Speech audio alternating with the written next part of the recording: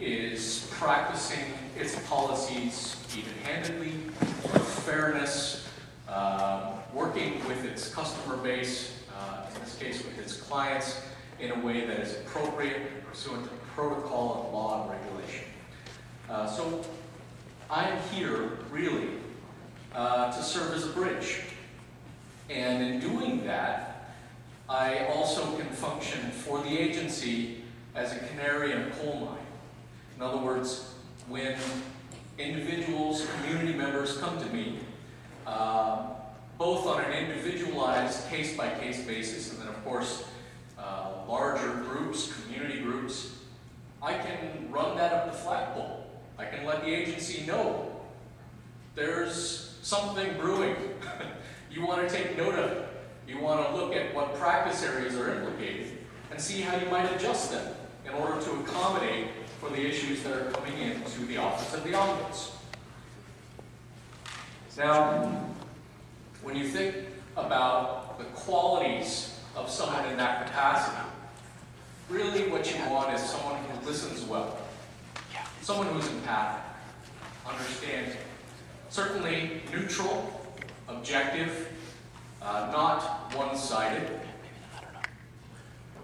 It's important when you speak about these types of issues, but complaints in general, that you're speaking with someone who's going to act in confidence. And certainly our office keeps everything that you tell us confidential. At the same token, you may allow us, by releasing confidentiality, to go to the agency and to share concerns. And then we have to act diplomatically. And really, the ability to be diplomatic is the ability to work with two sides of an issue, people with different perspectives.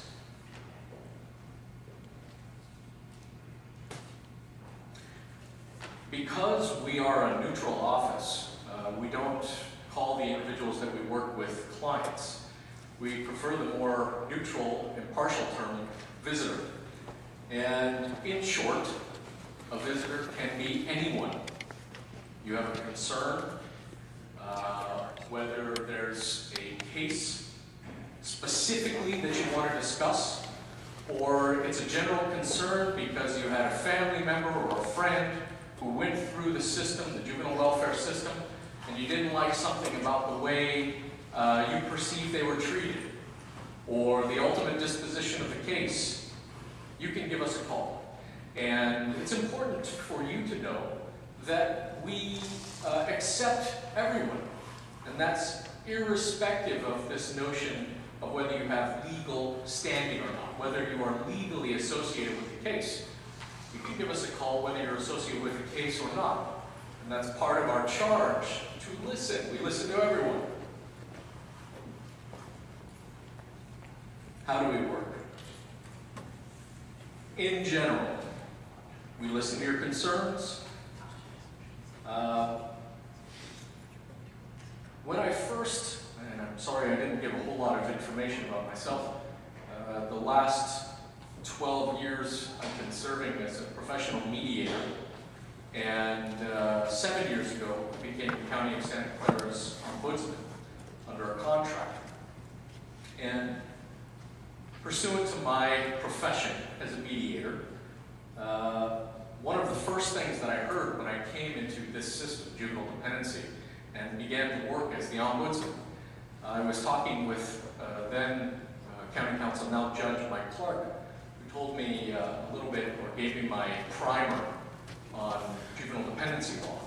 And what he told me was something that stuck with me, and I think it is important for the clients who deal with the Department of Family and Children's Services. And that is that he said that juvenile welfare law is probably the most complex law practiced in the state of California. And I could scarcely believe that it was more complex than tax law, which wasn't my favorite in law school. But certainly then, one of my primary functions as Ombuds is to help provide information, because it's a complex system. And not only is it a complex system, which is sort of a strike, if you will, against people struggling with understanding how that operates and what do, for example, in order to get a child back or to get placement of a child as a grandparent or one of those non-relative extended family members. But this involves the dearest thing to the person's heart, children.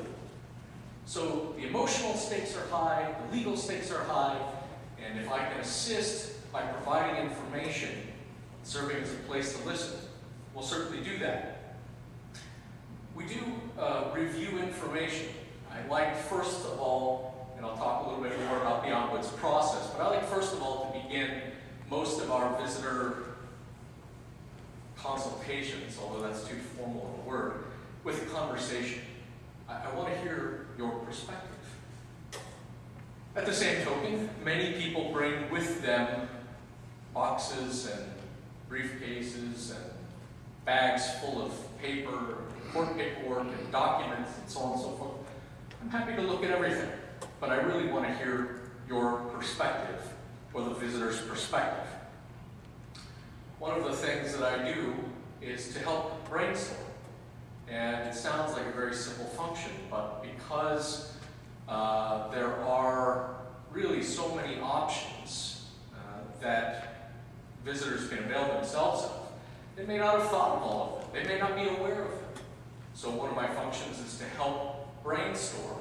Say, listen, you can do this, you can do this, you can do this, and let's talk through what the likely outcomes are if you choose A, or if you choose B, or if you choose C.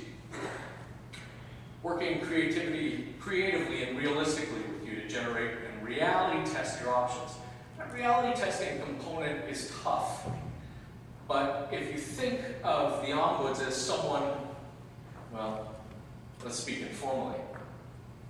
I appreciate people who can give you the straight skinny on what you ask them about.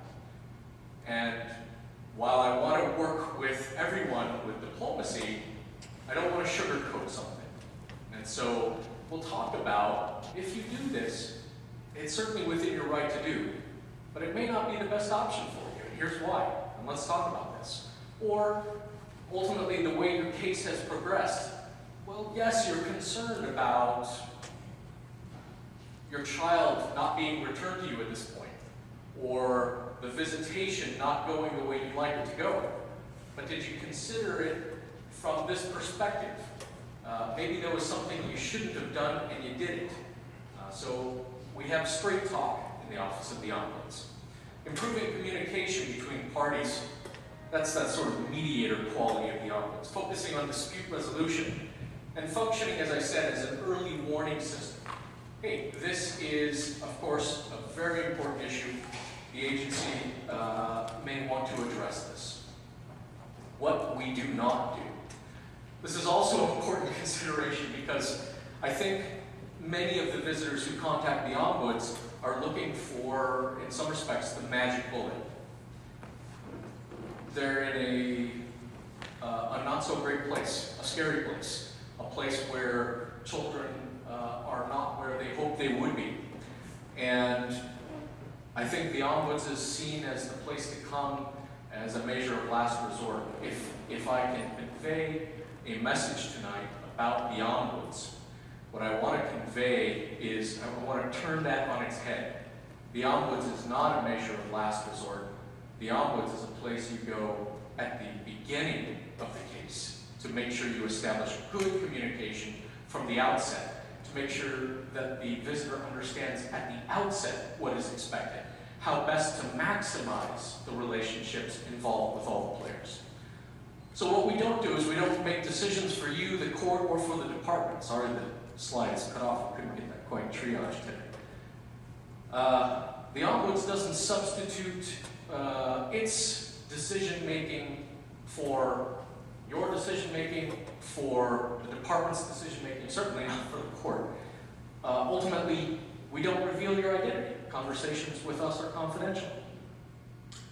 While some, I think, would like us to take sides, we will not. The Ombuds is not an advocate.